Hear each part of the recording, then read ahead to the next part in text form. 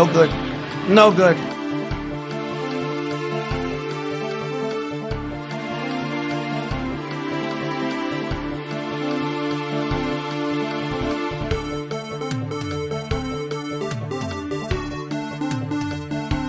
As far as my relationships with all people, I think I have great relationships with all people. I am the least racist person in this room.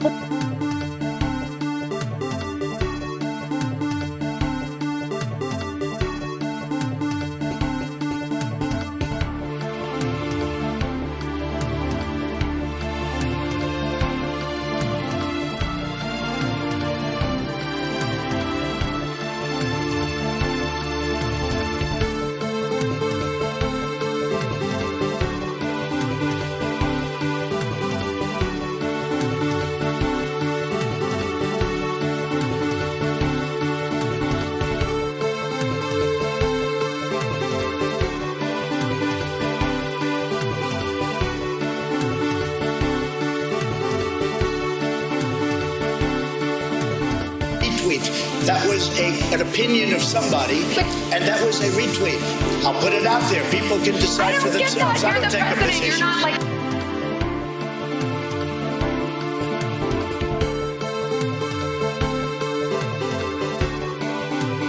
All of a sudden, we can't talk about Neanderthal DNA anymore. Get back in the business of creating a more peaceful world. Please clap. Good news is, for me, I'm here. The bad news for you is, I'm coming back. The good news is... All of a sudden, we can't talk about Neanderthal DNA anymore. Well, you have to understand, the first time I ever heard of Black Lives Matter, they were chanting, pigs in a blanket, talking about police. Pigs, talking about our police. Pigs in a blanket, fry them like bacon. And he's like this, and we were, I need water, help me, I need water, help. And this is on live television.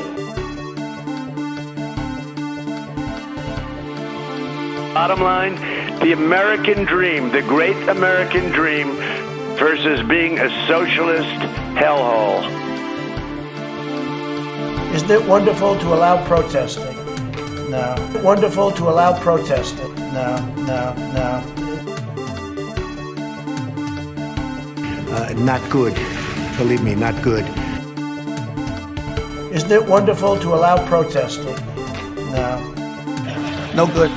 No good. Isn't it wonderful to allow protesting? No. Not good. Believe me, not good. No good. No good. Isn't it wonderful to allow protesting? No. So stupid. So stupid. Thank you. 8 months after his alleged meeting with the Burmese executives. So these Burmese, they say, pronounce it Burmese. A real beautiful company.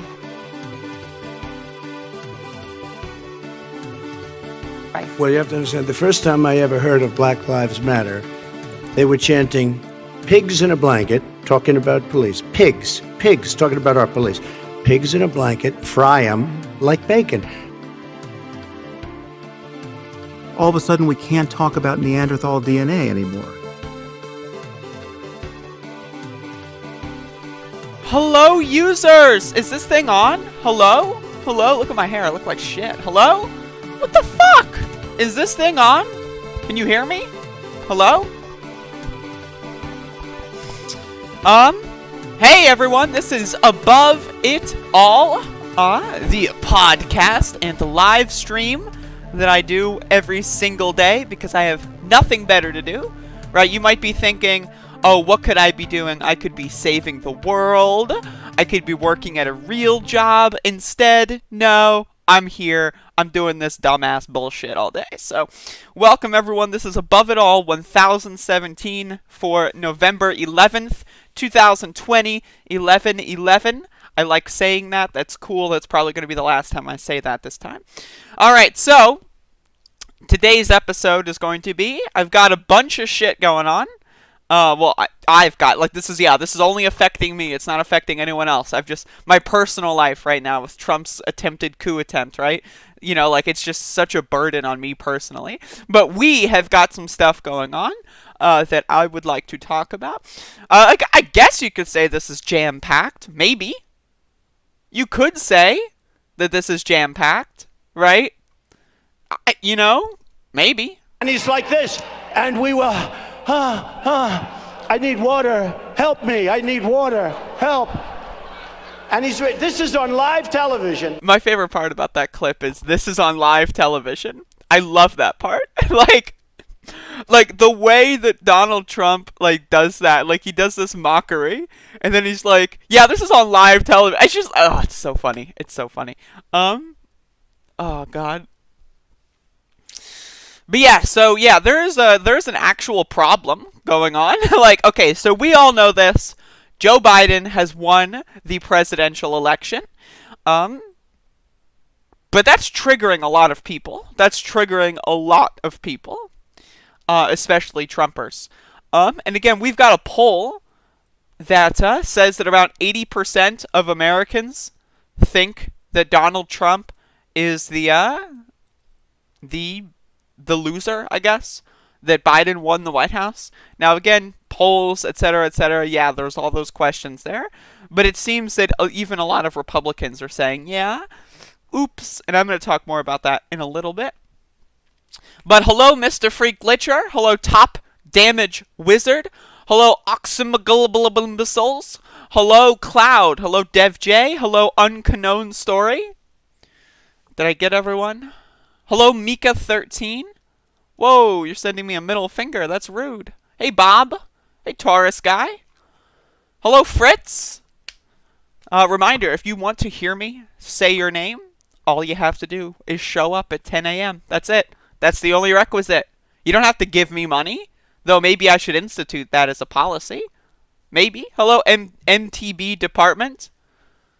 What's poppin'? You got that little thing going on, like the telephone thing, right? Like, hello?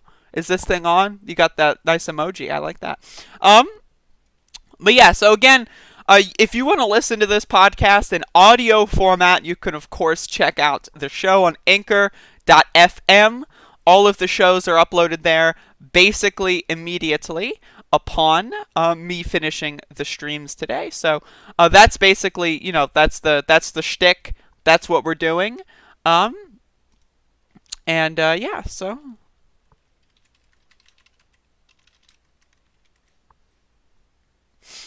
Yeah, so.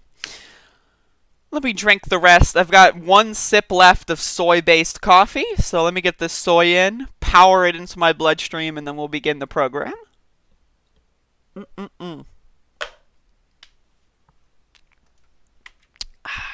There is nothing better than swallowing a nice mouthful of soy. And with that in mind, I would like to introduce you all to our first gamer senator. That's correct. John Ossoff could be the first gamer senator. This went viral yesterday. And this is really important. Now, John Ossoff, I don't live in Georgia. I wasn't planning on covering the John Ossoff Senate runoff that much, right? But look at this. Noob for life. Like I'm telling you, right? I'm zooming in because it's that important. This guy is a gamer. And this is extremely important. I just wanted to make this a separate thing. I am officially going to be endorsing John Ossoff. Not for his policy prescriptions, not for any of that shit, but because he's a gamer.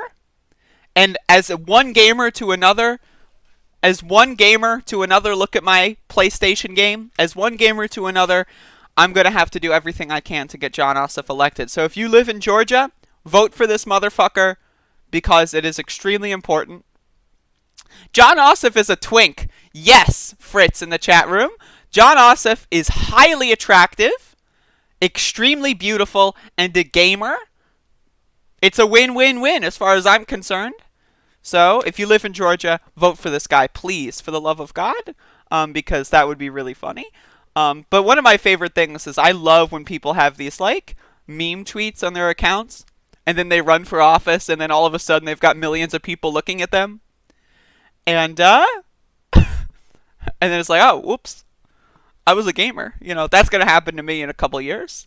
People are going to find out that I was a gamer, and needless to say, that's going to be rough. But either way, vote for John Ossoff. If no other reason than because he's a gamer, God bless. Hello, Mexico Rifa. Please try to not do the all caps cringe stuff. Ha ha ha ha ha ha ha ha ha. President-elect was stripped from Biden. Ron Paul! Like, is this like a word cloud? Like, are you just screaming random shit like that isn't, like, did you dream up? Are you smoking a lot of marijuana or, like, tripping on mushrooms and, like, you saw your own thoughts as a word cloud and you decided to just write those into the chat room? Like, let's analyze this. So, Mexico Rifa in the chat says, ha ha ha ha ha ha ha ha ha ha, like Mandark from Dexter. President-elect was stripped from Biden. And then moments later, they scream, Ron Paul? What? Like, what? And, okay, Mexico Rifa, do you not know who Ron Paul is? Look it up. I know who Ron Paul is. I am critiquing the idea that you are going to say President-elect was stripped from Biden, and then 3 seconds later scream Ron Paul into the abyss. Like you've got 5 exclamation points on that motherfucker. Like, why are you entering the chat room screaming, Ron Paul! Ron Paul! Ah! Like, it's weird, right? It's weird, okay? So I'm just saying, please settle down. I would appreciate that. Hello, Lux Ember. Hopefully you've grown a conscience. I get those words confused. Because I am low energy, low IQ. That's just the way I rumble. Only the really... I hate to say this, love that but part. Those with the lowest IQ. I love the part where, like, you can't see the clip because it's only like audio. But the part where he goes like this and then he like points at his head. I'm just gonna bring it on the stream real quick. Oh. I'm just like, this is just so funny. Like, it's so fucking funny, dude. All right, look at his doing this, like, and then he does the head thing, like he's about to utilize instant transmission to beam out of that debate because he's losing so hard. Only the really, I hate. What is that? What is that? What is that? What are you doing, Trump? What is that? Like, why does he do that? Does anyone know? Only the really, What is that? Like, I'm asking, like, does anyone know what that is?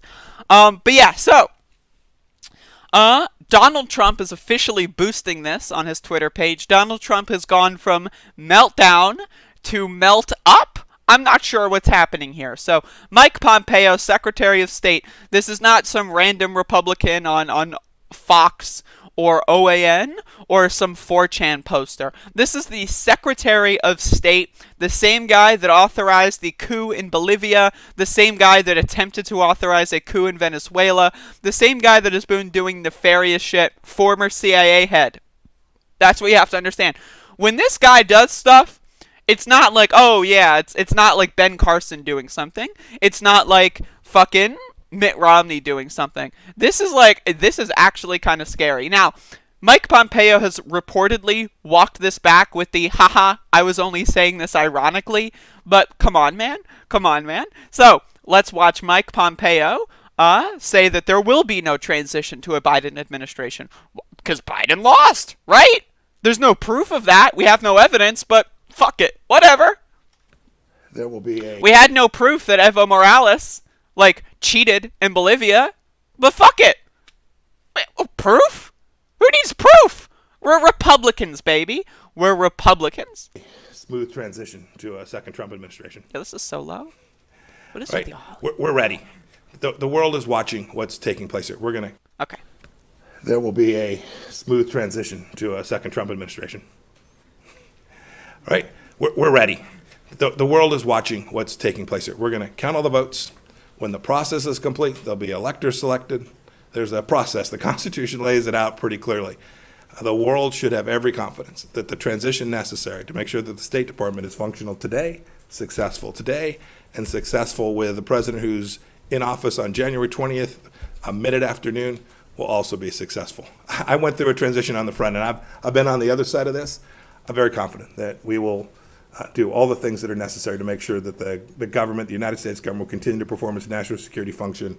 Now again, this is hot off of the heels of him being Donald Trump firing the Secretary of Defense and causing a huge reorienting of the power structure. Also, it appears my mouse is picking Mike Pompeo's nose. I apologize for that unfortunate placement.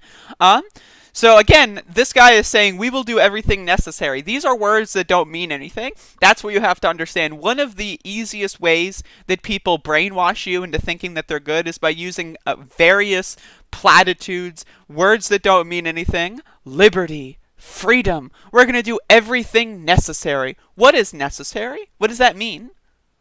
What? You haven't defined the situation that would deem what necessary is, and you haven't defined what necessary means. What's going on? What are you doing? You're doing everything that's necessary. Necessary for what? What? Right? But let's, continue. I'm very confident that we will do all the things that are necessary to make sure that the government, the United States government, will continue to perform its national security function as we go forward. So you believe there's widespread voter fraud, that the reports that we're getting from Pennsylvania, from Michigan, showing vote totals in massive leads or significant leads with 99% reporting are going to be overturned, and that the United States failed to conduct a fraudulent free election? Rich, I'm the Secretary of State. I'm getting calls from all across the world. These people are watching our election. They understand that we have a legal process. They understand that this... So, yeah, again, I just want to say apparently Mike Pompeo has walked it back, said he was just joking. But did Donald Trump tweet out that he was just joking? Did Donald Trump tweet out the part where he said, I was just joking? To my understanding, hey, maybe he did in the last couple minutes as my show started. It's possible. But to my understanding, Donald Trump did not tweet out the part where he said he was joking. He tweeted out the part where he said that there will be a smooth transition. Can we read this tweet, by the way? That's why Mike was number 1 in his class at West Point. West Point. West Point. Only those, and I hate to say this, but those with the lowest IQ go to West Point. But Mike was the top of his class. Believe me. Right? Like, come on. Come on. Even if Pompeo walked it back, that doesn't matter. It doesn't matter. Because the whole idea here is you say something, certain people hear it, and they understand, oh, you can't get away with that. Like when Donald Trump tweeted out that video of white power of one of his Trump supporters, like saying white power, right? He knew that he had to delete it. Everyone that saw it knew that he had to delete it, but he left it up there long enough because the people that saw that were like, I see you, Trump. I know what you're doing. I know, and I agree, and we're on the same page. I know you have to delete it, Trump. That's the game that you're playing, but thanks for the message. That's what this is all about.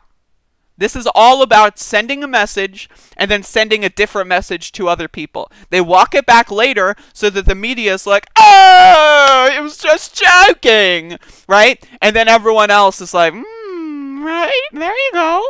That's kind of the idea here. So here we go. It's happening. Again, this is all shit that we knew was going to happen. Trump has been telegraphing this shit since day one, right? Like since day fucking negative, I guess he's been telegraphing this since day negative 169 or something. Like this guy's been talking about the election being fraudulent for fucking months now, and people are surprised? I guess. I don't know. But speaking of things being fraudulent, just want to say, look at my notifications on Twitter. As you can see, I'm extremely popular. No fraudulence here. People are trying to get my attention. I'm doing a show, but people are they're trying to get my attention. They're sending me messages on Twitter. I am extremely popular, and I just wanted to point that out. But again, this is extremely scary, and we'll see what happens. But it's not looking good, folks. It's not looking good.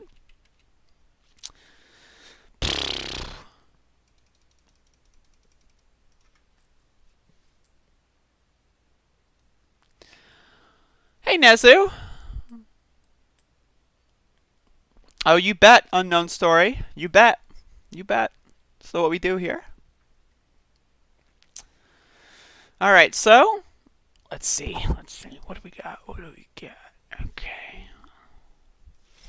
See, I've got a whole list. I've got a whole browser, right? And within my browser, within the confines of my browser, there are tabs. And these tabs are the things that I'm going to be talking about. So, just so you know, that's what I'm doing. In between videos, when you hear like the click, you know, like, what is that? What is that? Right? What is that? What was the click? What is this dumb bitch clicking, right? Right? When you hear that, that's me cycling through different tabs. So, I thought I'd give you that little bit of auditory experience. But this is what I'm going to be talking about next. So, this is something I thought would be a somewhat interesting story to cover. And this is, I think, coming out of Florida. Evidence suggests several state Senate candidates were plants funded by dark money. So this is from local10.com, which I believe, yes, is in Miami. This was something not on the subject of Trump plotting a coup, but I just wanted to kind of throw it in here because it's super interesting. So, why would candidates for Florida Senate seats do no campaigning, no fundraising, have no issue platforms, nor make any effort to get votes? Local 10 News has found evidence to suggest 3 such candidates in 3 Florida Senate district races. 2 of them in Miami-Dade County were shill candidates whose presence in the race was meant to siphon votes from Democratic candidates. Comparisons of the no-party candidate. Now, again, real quick, look at the results here. 104,616, 104,585, 6,377. Like, look at these results, right? Look at these results. Like, again, it's crazy how close that election was. And then you've got, like, a fake third-party candidate that doesn't even exist. They're, like, not even a real person. It's bizarre stuff.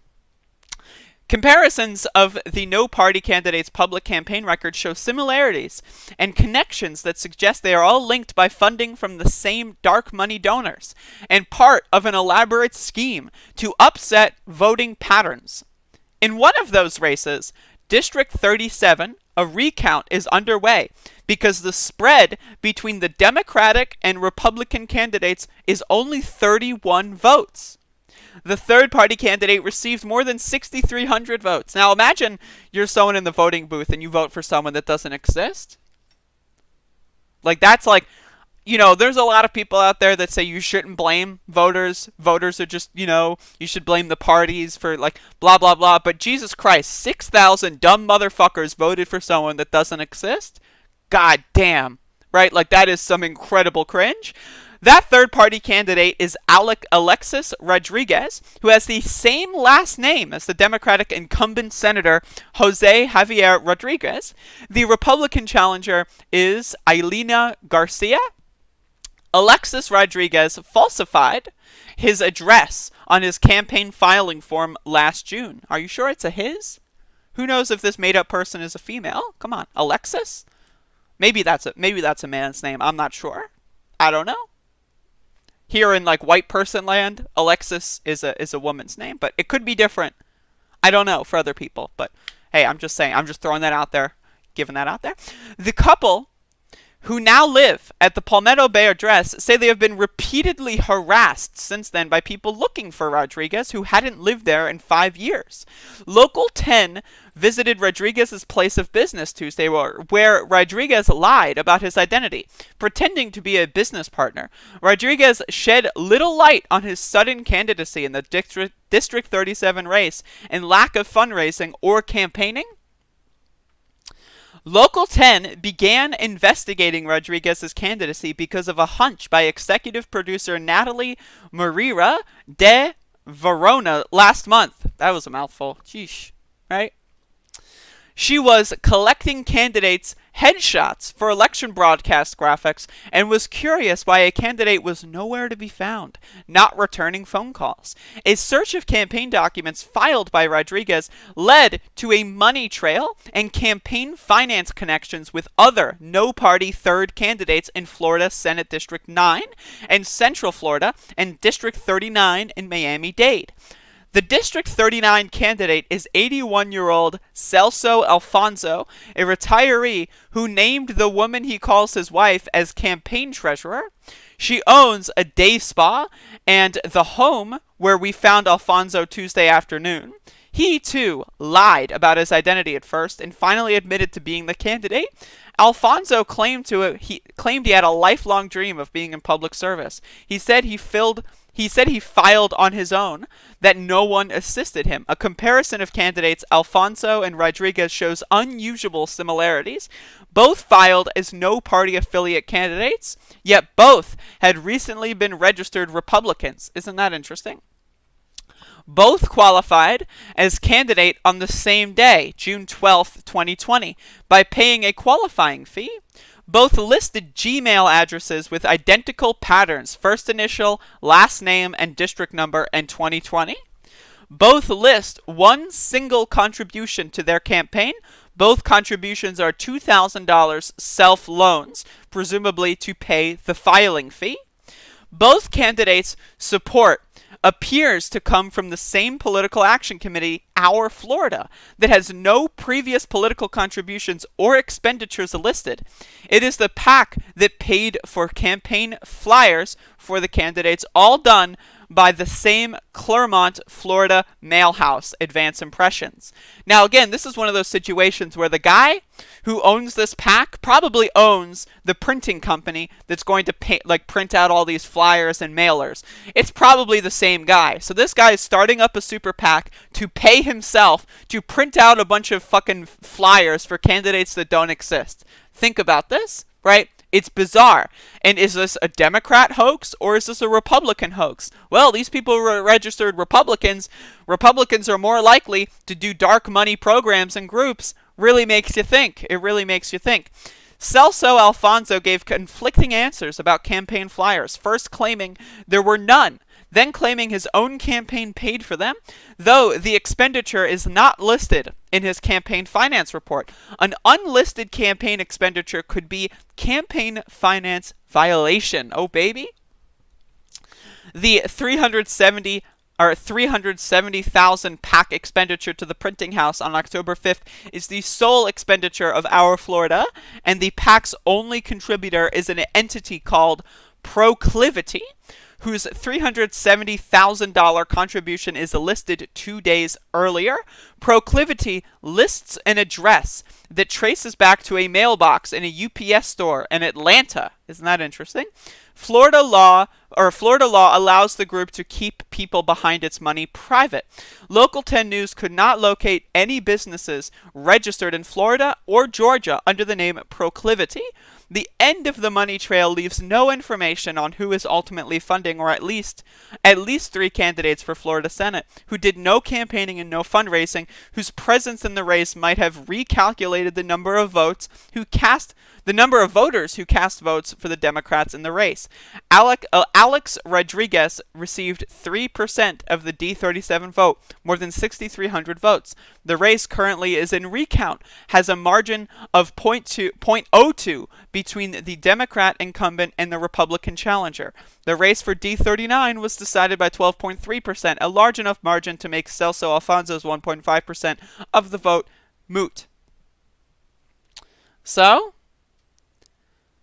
it's not weird. Just throwing that out there. Election fraud. This is what Trump and all of their goons are talking about. Election fraud, election fraud, election fraud, election fraud. And,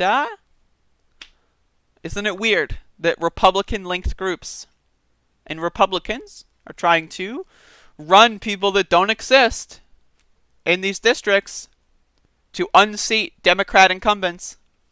But election fraud, right? Clearly, these election results don't matter. According to Trump, all of these elections should be redone. Let's just have a whole new 2020 election, shall we? That's what Trump says. And you know what? Let's do it.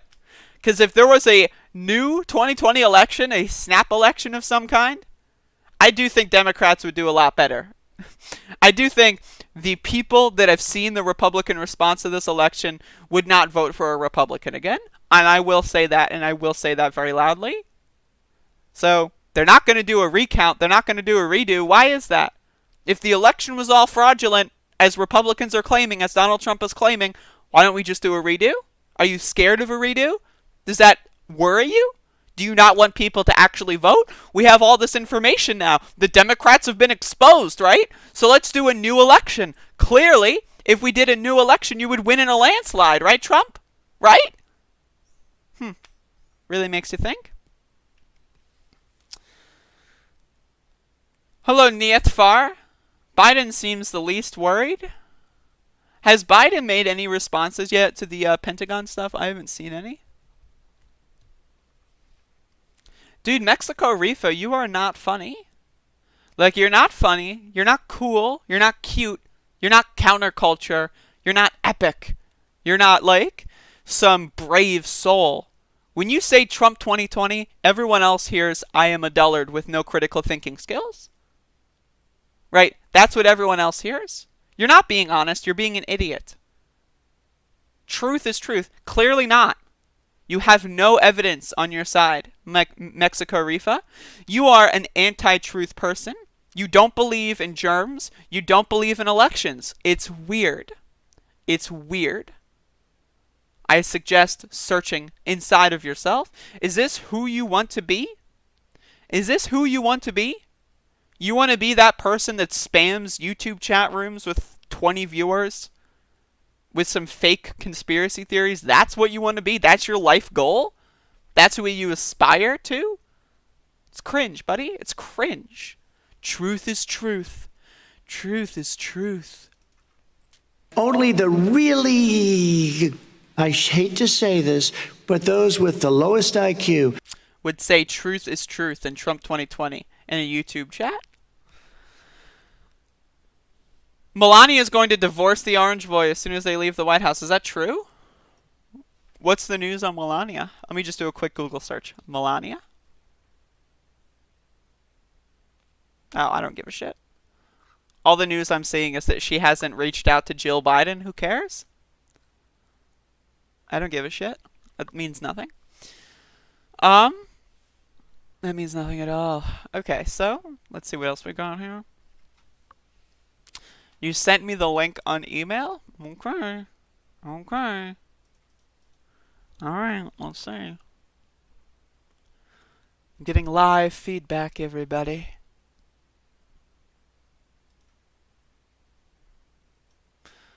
Oh, that is true. Melania Trump counting minutes until divorce after 15-year transactional marriage. I'll cover this tomorrow, I think. I'll do this one tomorrow. Because I've already got a packed itinerary today. But that's really funny if true. I'll do that tomorrow. Have you seen the reports that the White House staffers are being threatened with termination if they look for a new job? I have not seen that yet. I guess I've seen similar stuff, but not anything exclusively about that. All right, let's go back into the Trump coup. So this is something that is illegal in Wisconsin, but isn't illegal in every single state. I believe Pennsylvania could technically do this. But GOP lawmaker suggests Wisconsin electors choose presidential winner. Now, electors are the Electoral College is not like a point scoring system. The Electoral College is a literal group of people that are apparently supposed to meet and cast their ballots. In 2016, we had, I believe, 6 or so what are referred to as faithless electors, meaning they decided to not vote for who their state voted for and instead voted for someone else. I believe a few people voted for like Colin Powell. I think someone voted for like Bernie Sanders, something like that. So faithless electors are a thing that exists. They existed in 2016. There are many instances of them being in existence, and GOP lawmakers are suggesting, hey, the people that we should send from Wisconsin, fuck it. They should just all vote for Trump. Let's read. This is coming out of WISN.com, 12 ABC. Milwaukee. A Wisconsin Republican is suggesting the state's electors choose whether President Donald Trump or President-elect Joe Biden receive Wisconsin's 10 Electoral College votes. I love how that's written with President-elect in there. Biden won the state with more than 20,000 votes. State Rep. Joe Sanfilippo of New Berlin said he doesn't trust the election process or outcome of results.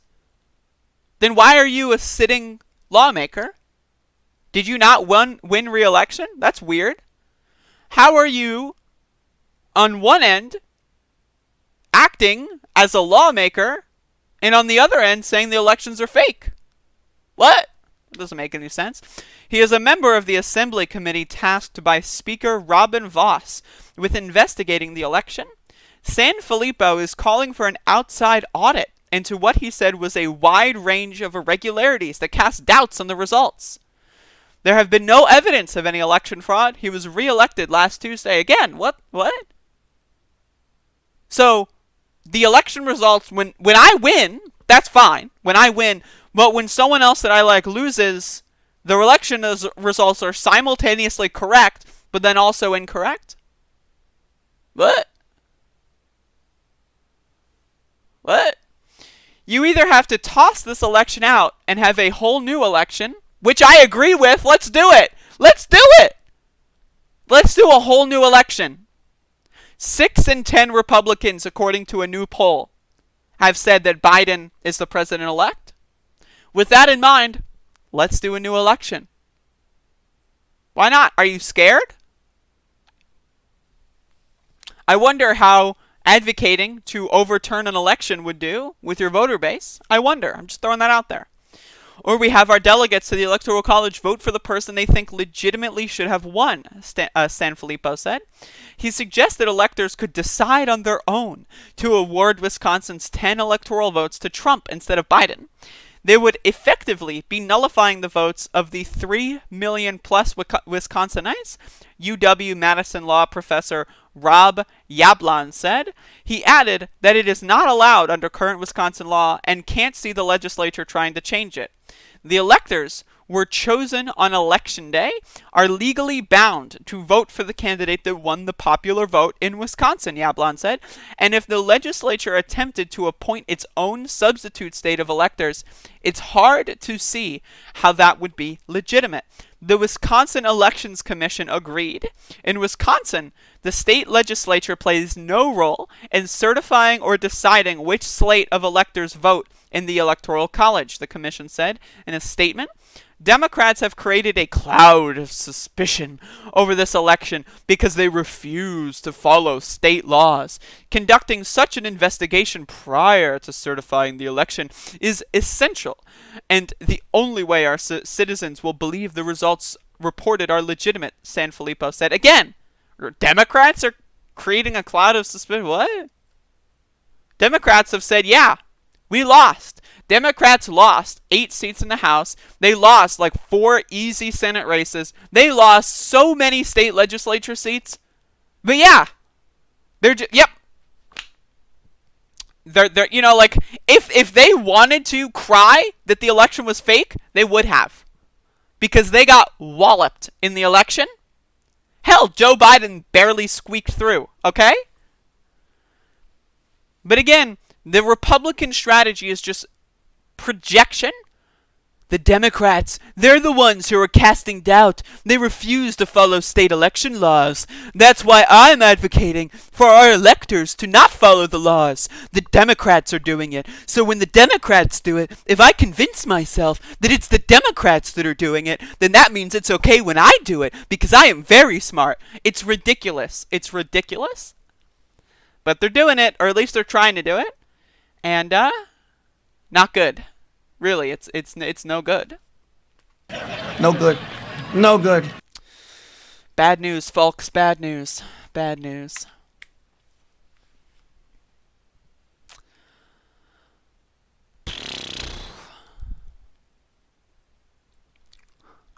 Democracy. D-A-M-O-C-K-R-I-R-A-C-Y. I like that. That's funny. Alright, let's go next. Let's talk about this poll that I was mentioning earlier. So many polls, right? Now again, polls, we don't have good relationships with polls in this channel right now. Again, several easy Senate runs. Senate races swung to Republicans. Not huge on polls right now. But nevertheless, we've got a poll.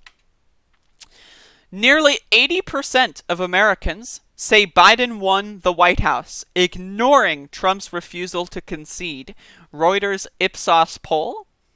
So, let me read you the actual numbers here. The Reuters Ipsos National Opinion Survey, which ran from Saturday afternoon to Tuesday, found that 79% of U.S. adults believe Biden won the White House. Another 13% said the election has not yet been decided. 3% said Trump won, and 5% said they do not know. Now, again, I am not too confident in this poll. If you look further down here, I think it says there's only 1,000 people.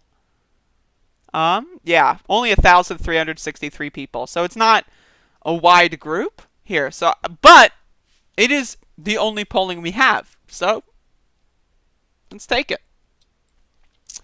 So again, really the 13% and the 3%, right, that say the election has not yet been decided and that say that Trump won, and 5% said they don't know, that's kind of those are the Trumpers. Those are like the hardcore Trumpers. Those are the 21% of Trumpers that are like, it depends on their talking points. Either Trump won and that's what they're fine declaring, or Trump is gonna win, but the votes haven't been counted yet and the election hasn't been decided, right? Or they just don't know. They don't care, right? Like those are the Trumpers. That number comes up so often, right? You saw about 20% of Americans drinking bleach in April, right? You saw about 20% of Americans saying, oh, germs? Washing your hands? I don't wash my hands. You see 20% of Americans voting for Donald Trump. Right? This number shows up very often, the 20% number. The results were somewhat split along party lines. About 6 in 10 Republicans and almost every Democrat said Biden won. It showed that 70% of Americans, including 83% of Democrats and 59% of Republicans, trust their local election officials to do their job honestly. That's interesting. The poll also found that 72% think the loser of the election must concede defeat, and 60% think there will be a peaceful transition of power when Trump's term ends in January. Now that's something that's crazy. 40% of people that answered this poll think that there won't be a peaceful transition of power. Like, this is not like an opinion thing, right? This is not like, do you think there should be? This is, do you think there will be? Do you, judging by the facts that we all see in our worldviews, do you see Trump conceding and admitting defeat and leaving? 60% of people said no. No good. I mean, I hate to really burn this one out, but it's no good, right? Not good. Believe me, not good. It's not good. Like, the rate that we're going right now is not good. We have 60%, a majority of people, a very slim majority, though, that think that there will be a peaceful transition. That's weird. Nearly half the country is convinced that baby boy, bunker boy Trump isn't going to leave power willingly. That's scary. That's really scary. I don't know what else to say about that. Woo! But 80% think that Biden won. Now, again, this is a very small poll. We know that there have been some problems with polling, so I don't know. I'm not sure. But it's the only numbers we have. Take them with a grain of salt. We'll see.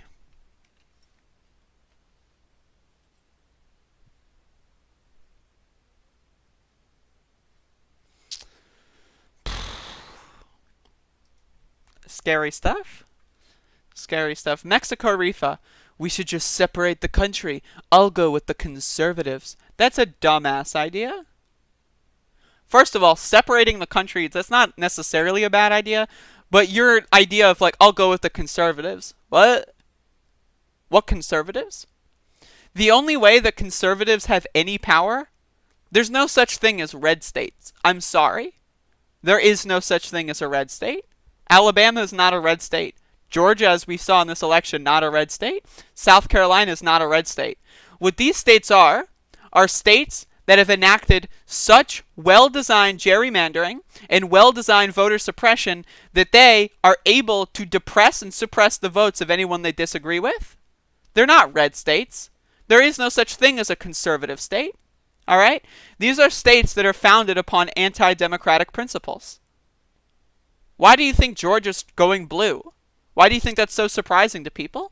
It's because if you get people to turn out, and they did in Georgia, they didn't in North Carolina, unfortunately, they didn't in South Carolina, they didn't in Alabama, but in Georgia they did. Wyoming might be a red state. Wyoming, I don't know. That might be a red state. They might actually have that one on lock in there. But, alright, let's have a little white supremacist ethno-state in Wyoming. Build a wall around them, cut off all their trade, and say have fun with the abundant natural resources of Wyoming. Right? Alright. You want to go to your little ethno-state? Have fun with it, buddy.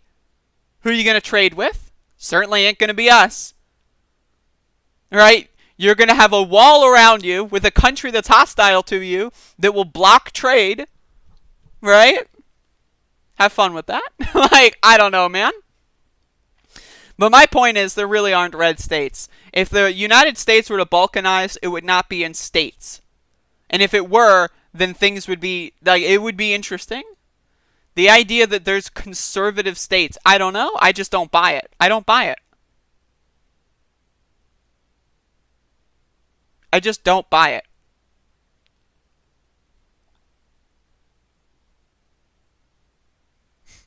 I just don't buy it. I'm sorry.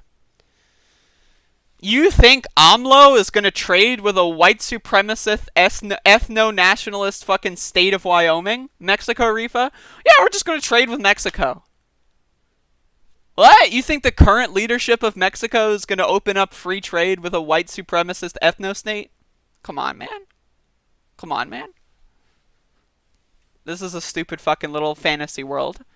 You could just say, oh, facts are facts, but instead you have to write yourself into this alternative reality world. Alright, next. Hello, Mark the Hat. What's poppin'? Hi and. Hi and. Brilliant message. Alright. Officials. Postal worker recants ballot tampering claims.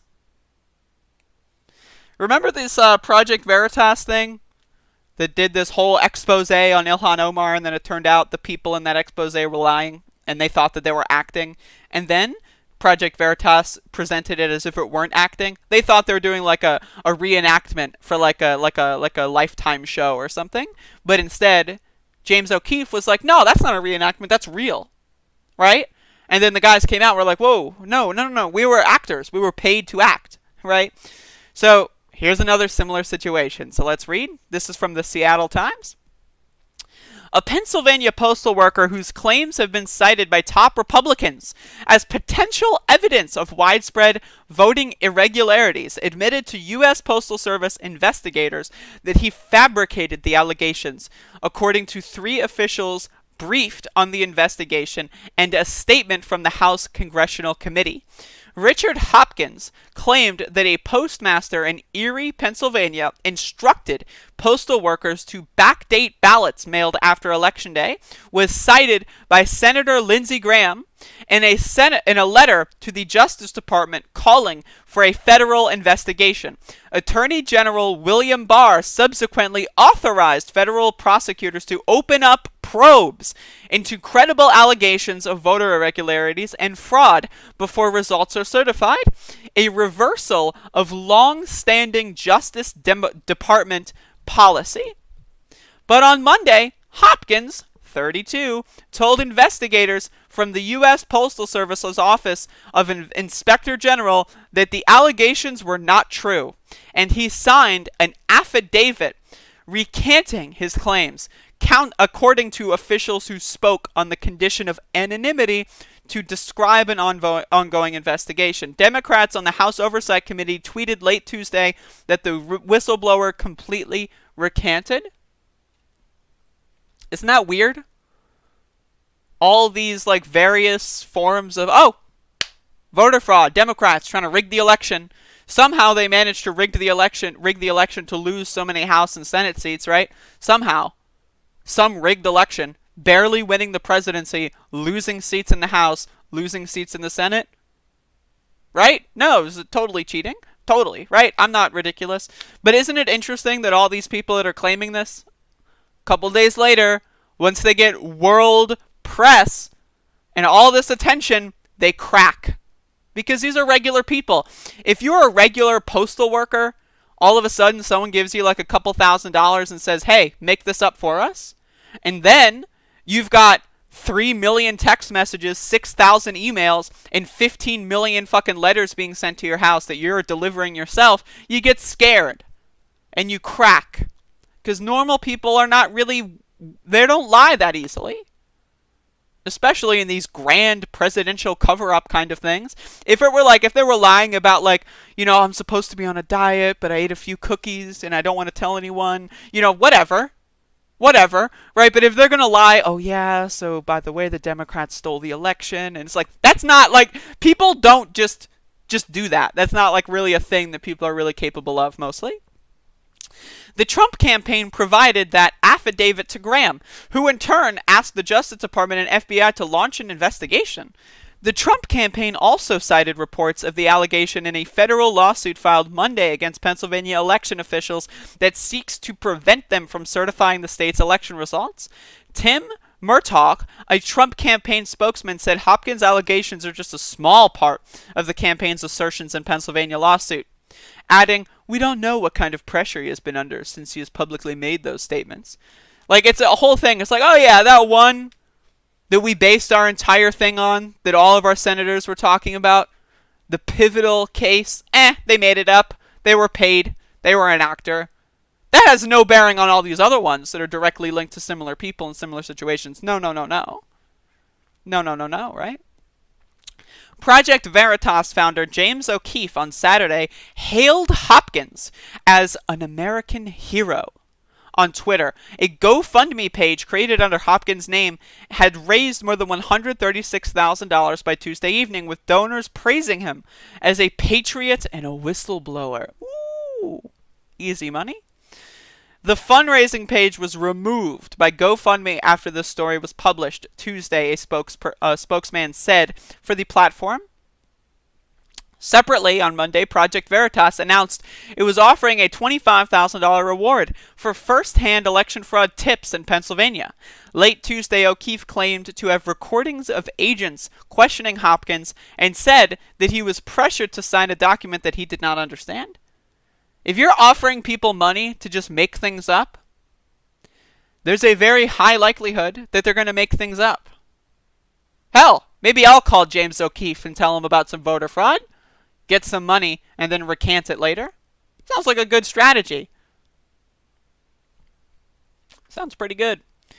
But yeah, so just another example of, you know, just shit going wrong. It happens. It happens, but again, Democrats, they rigged the election, right? They rigged so hard that they lost in every category except the presidency. What a nice rig. Like, what a nice fucking rig, right?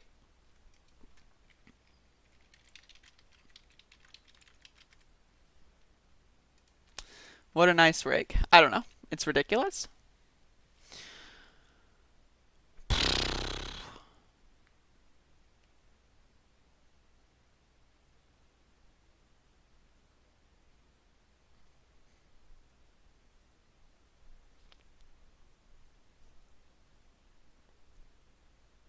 Haven't seen a rig this nice since big rigs on the road racing. That's epic. Hey, Spiderweb. So, after this stream is over, yesterday, you may remember, I had someone pop in the chat. They're a resident of Venezuela, to my understanding, and they wanted to give me some first-hand political opinions. And I invited them on the broadcast, and they will be coming up here afterward. So, in about like 10-20 minutes, we're going to be transitioning into that. So I'm just throwing that out there. They confirmed that they'll be ready in about 10 to 20 minutes.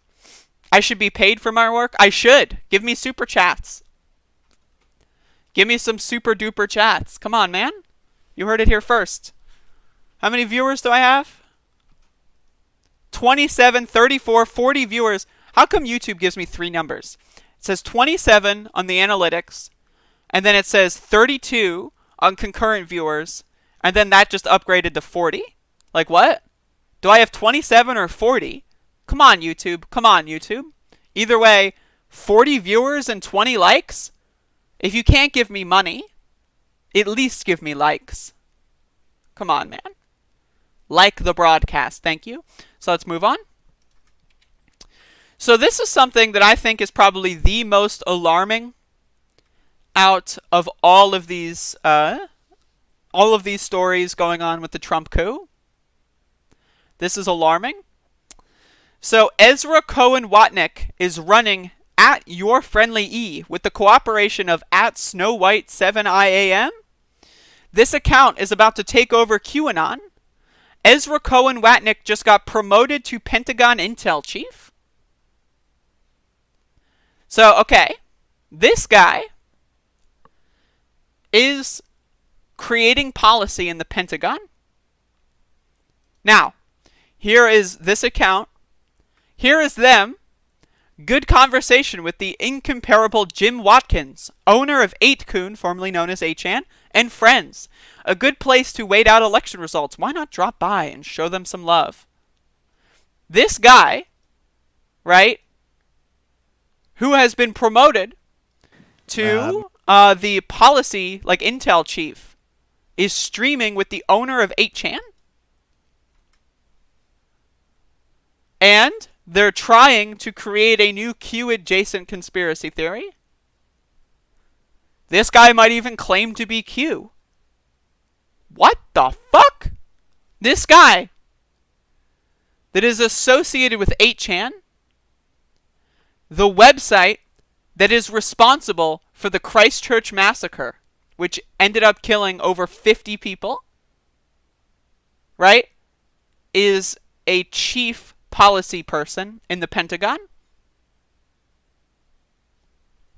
8chan, a website that has been notorious for trafficking illegal, say, photographs of minors, right? The owner of this website being in deep doo-doo when it comes to that topic.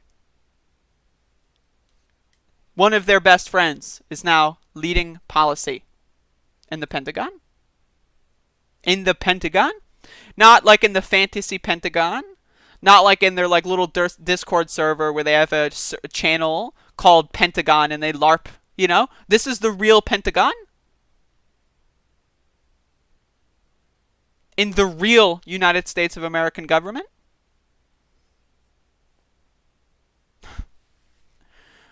Do I need to add editorial to this? Is there a required editorial? Do you need me to say anything else? Is there anything else I need to say? Is it do I need to say that this is bad? Do you immediately understand how bad this is? Problematic, how scary, horrifying, etc.?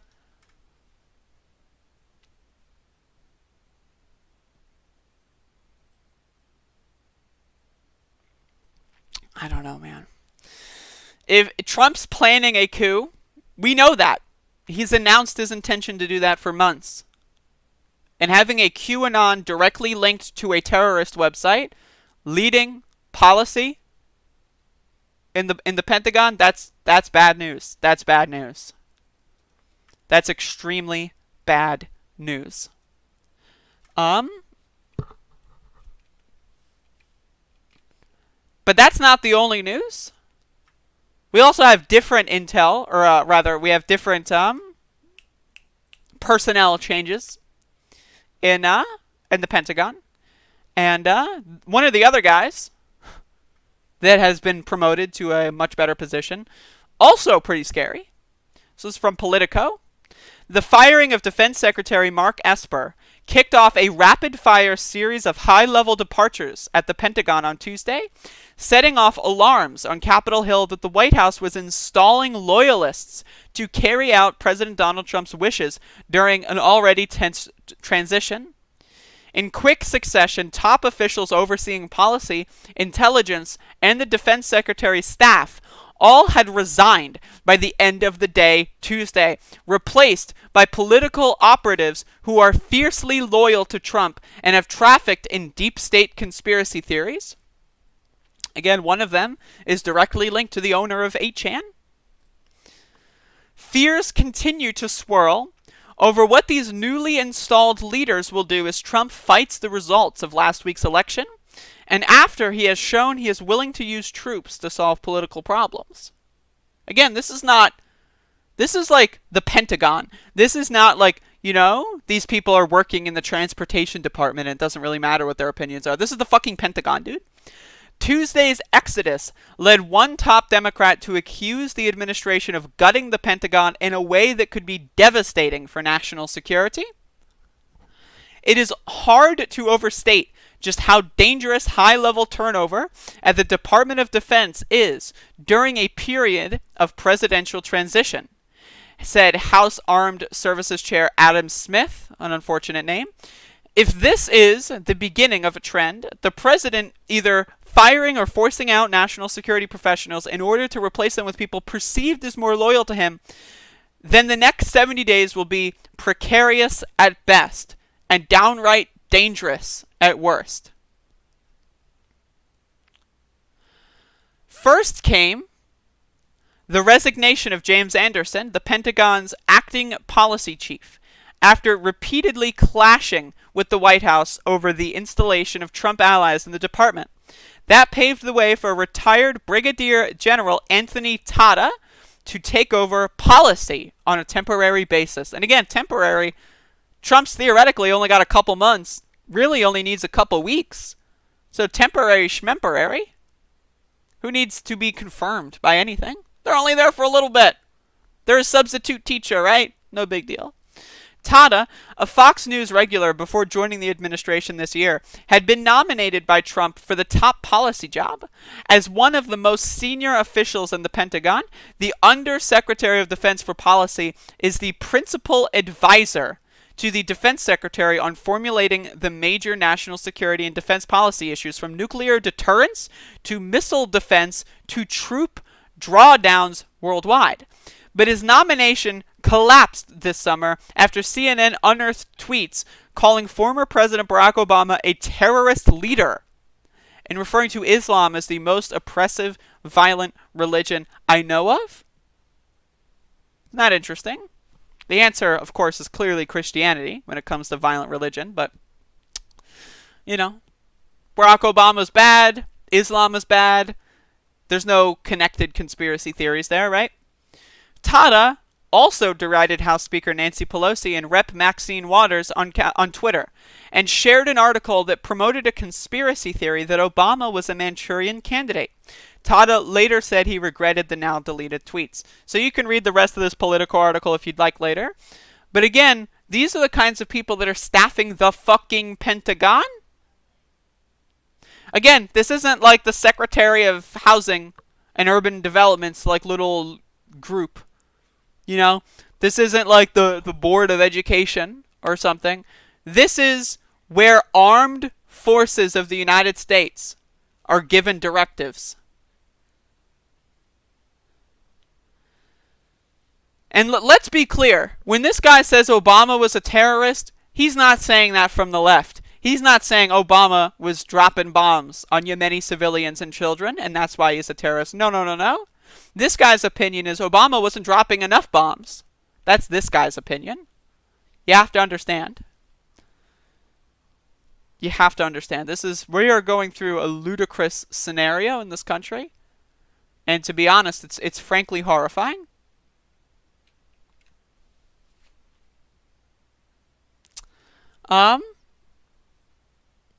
But, you know what else is horrifying?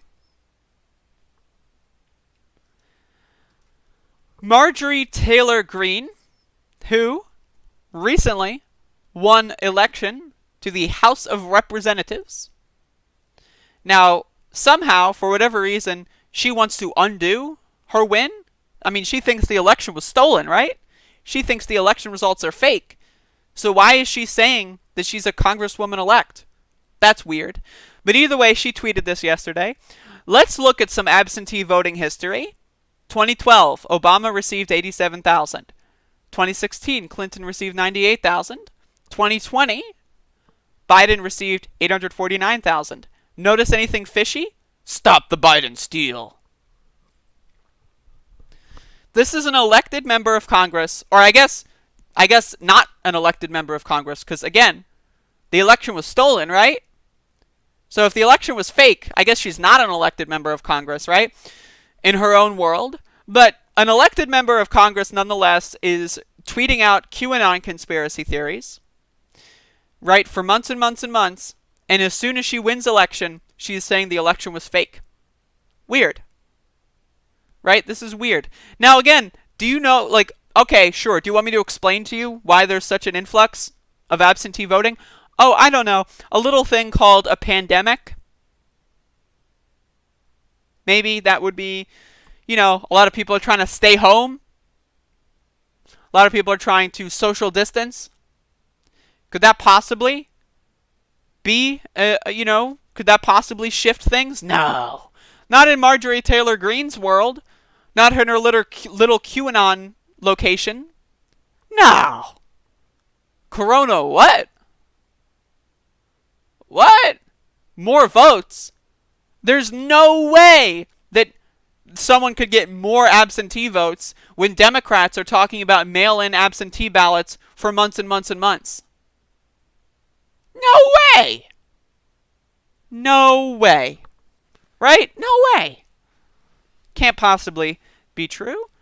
But again, this is the new generation of Republicans. If Trump is ineffective with this coup attempt, and if he does get ousted, Marjorie Taylor Greene is coming in hot.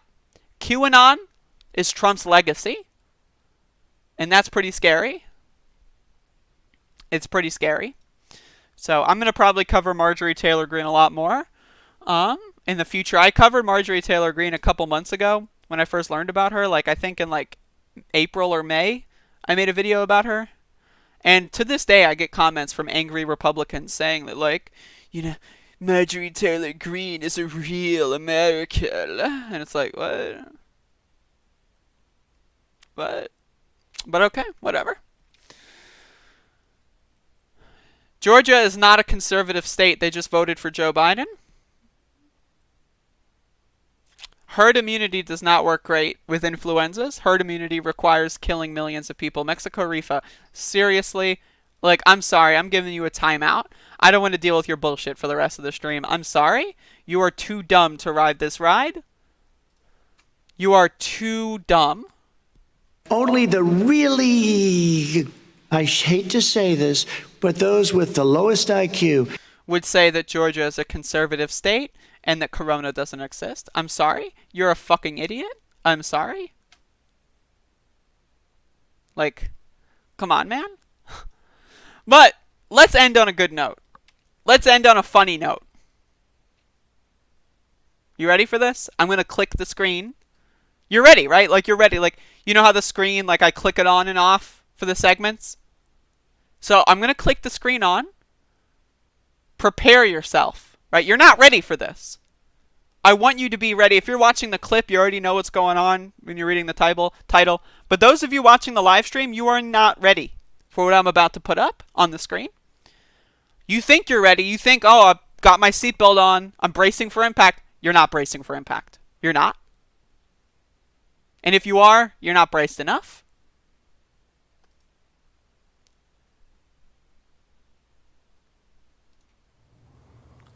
My fellow Americans, I stand here with all that feel as I do, disgusted with this lie that Biden has been chosen, as if we all don't know the truth. And when one tries to deceive, we know that one can't get away with it. There will be a price to pay. The ones who are jumping for joy now are jumping toward the horror they will be in for, because I know that the promises being made from the left to the American people will never come to be. My friends of all colors, races, and religions, this is now our greatest fight since the Civil War. The battle of righteousness versus Satan. Yes, Satan. Because these leftists are evil, corrupt, and they want to tear down this nation. We must not allow this. We must fight this corruption that has taken over and fight for the good that seems lost. Let us give our trust to God and fight now for Trump's victory, because we all know this ballot count is corruption like they are. So let us not back down. Let us fight this fight as if it is our last fight on earth. As Muhammad Ali said, it's not over till the last punch you have. So, just to clarify, when this guy says, let's fight, what he means is, I'm going to be chilling in my mansion, and when I scroll through Twitter, I want to see people that agree with me doing things I endorse. He's not going out. John Voight's going out on the front lines? You think John Voight is going to go to a fucking election board and yell, stop the votes? You think John Voight is going to go out there in the fucking trenches in Civil War II? John Voight ain't doing shit. Let me get to this part where he said, like, this is a battle for Satan. Corrupt. We must fight this corruption lost to God. This, like, I might want to do this as like a sound drop. The Satan thing was really funny. Corruption like they are. Yes, Satan. Here we go. Since the Civil War, the battle of righteousness versus Satan. Yes, Satan. Because these leftists are evil. It's so funny. I'm going to make that that's so good. That's so fucking good, dude. The battle of righteousness versus Satan. Yes, Satan. Because these leftists are evil, corrupt, are great. Okay, I don't know. Anyway, thank you for watching today's episode of Above It All. I will be back in 5 to 10 minutes, and I will be doing a probably relatively short interview with someone from Venezuela who wandered into the stream yesterday and wanted to talk a little bit about Venezuelan politics. So I said, sure, and why not? And so that's going to be happening. I'm going to go to the bathroom, and I'll be back. So thank you. Y'all have a good one, and it's a battle against Satan. I don't know what to tell you. Hello? This is war, I guess. Right? Okay. The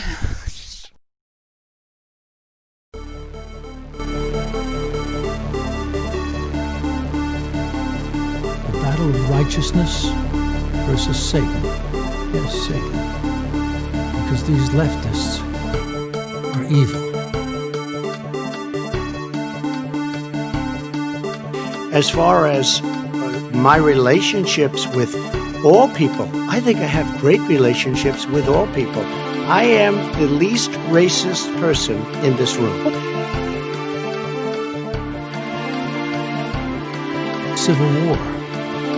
The battle of righteousness versus Satan. Yes, Satan. Because these leftists are evil. Please clap.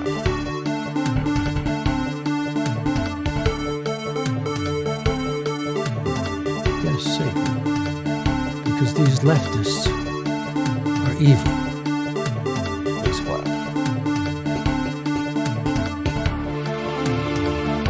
Isn't it wonderful to allow protesting?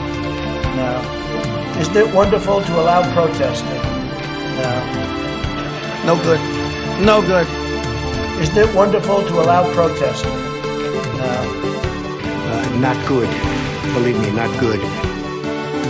Dumb people, liberal people. He was not a loser. He was a patriot. The people left behind there were heroes. And I resent like hell. I'm talking of my son, Beau Biden. You didn't have a job until you became vice president. Antifa exists. Not good. Believe me, not good.